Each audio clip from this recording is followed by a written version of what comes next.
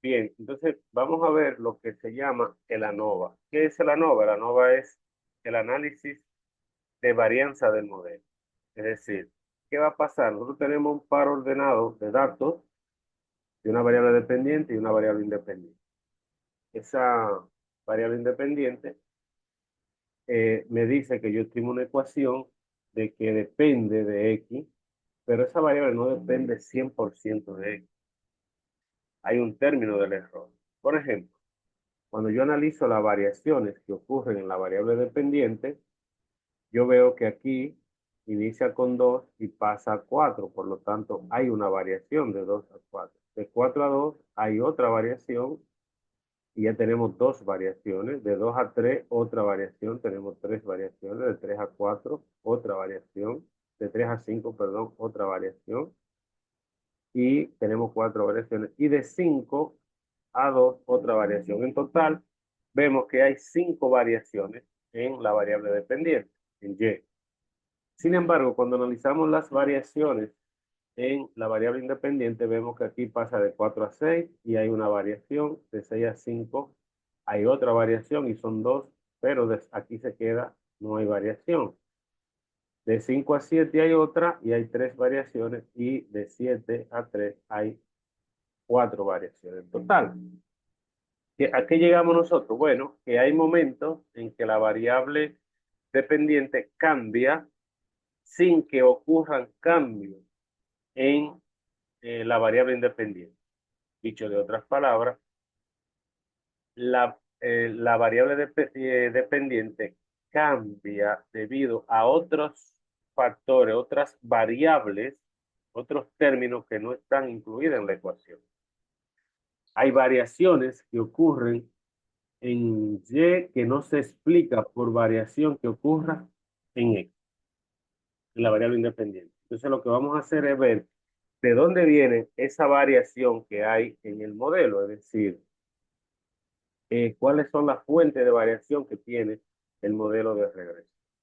Ese modelo de regresión, eh, ese análisis de la fuente de variación es lo que llamamos el ANOVA. Entonces, el análisis de varianza lo que tiene como objetivo es identificar y detallar cuáles son las fuentes de variación.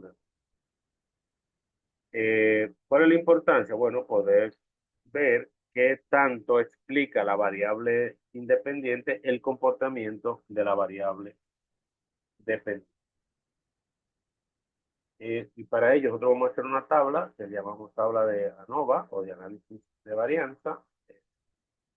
Y vamos a tener entonces una variación debido a la regresión, es decir, debido a la variable dependiente. Y eso va a estar medido por la suma de cuadrado de la regresión, que es lo que significa esta expresión, suma de cuadrado de la regresión. Va a tener K grados de libertad. En el caso del análisis de regresión simple, siempre va a tener un grado de libertad este análisis de cuadrado. Vamos a tener una variación debido al error, como ustedes vieron, que hay momentos en que X no cambia y Y sí cambia, o sea, hay un término de error ahí que no está incluido, que es lo que llamamos suma de cuadrados del error, y va a tener como grados de libertad n menos k menos 1, que podríamos decir que siempre va a ser n menos 2, y la suma del cuadrado total que mide toda la variación total que ocurre en la variable dependiente. Entonces, esa variación de la variable dependiente va a tener n menos 1 grado de libertad. Y aquí lo que vamos a tener es el cuadrado medio entre el grado de libertad. Y aquí hay un estadístico F. El estadístico F lo que me sirve es para probar el modelo. Si el análisis de regresión, esa ecuación de regresión que yo calculé es significativo. Ese F eh, que tiene una tabla que se busca con un grado de libertad arriba, por ejemplo, y n menos k grado de libertad abajo, es una tabla diferente. Pero la hipótesis que planteo es que el modelo es igual a cero, que los dos coeficientes es igual a cero. Y la alternativa es que al menos uno es significativo. Y entonces, bueno, pues puedo hacer la prueba de hipótesis utilizando ese estadístico de la prueba F. La, ¿Cómo calcular la variación total? Bueno, la suma del cuadrado total va a ser igual a esto, la sumatoria de y sub i cuadrado menos n por el promedio de y sub i cuadrado. Y la suma del cuadrado del error también está aquí.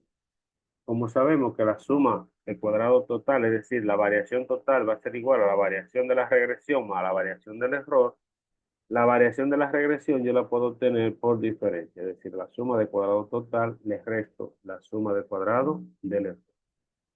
Si lo hago para nuestros datos, la suma del cuadrado total me da 6.306.5, la suma del cuadrado del error, suyo, cada expresión por su igual, y tengo la suma del cuadrado de la regresión. A partir de ahí yo puedo completar el cuadro del análisis de varianza. Y que lo que me está diciendo es, de toda esta variación total, que son 6.306, ¿qué porcentaje me está dando la regresión y qué porcentaje me está dando el error?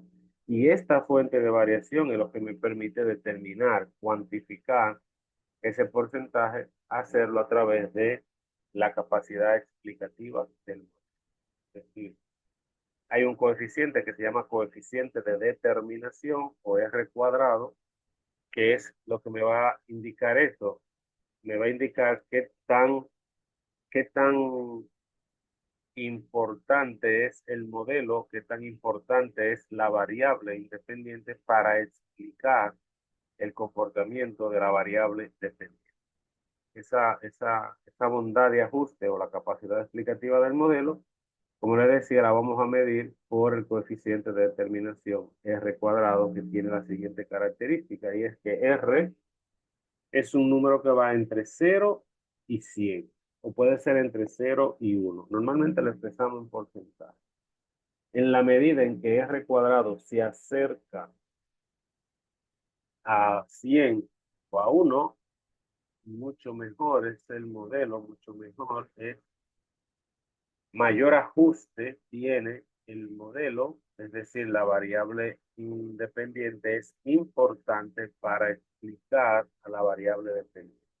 En cambio, si R cuadrado se acerca a 0, entonces esa variable independiente es débil para explicar el comportamiento de la variable dependiente. Es decir, no influye tanto en la variable dependiente.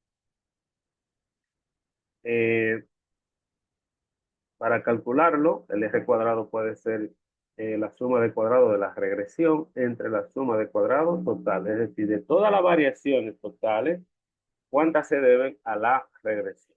Otra forma que puedo hacer es 1 menos la suma de cuadrado del error entre la suma de cuadrado total.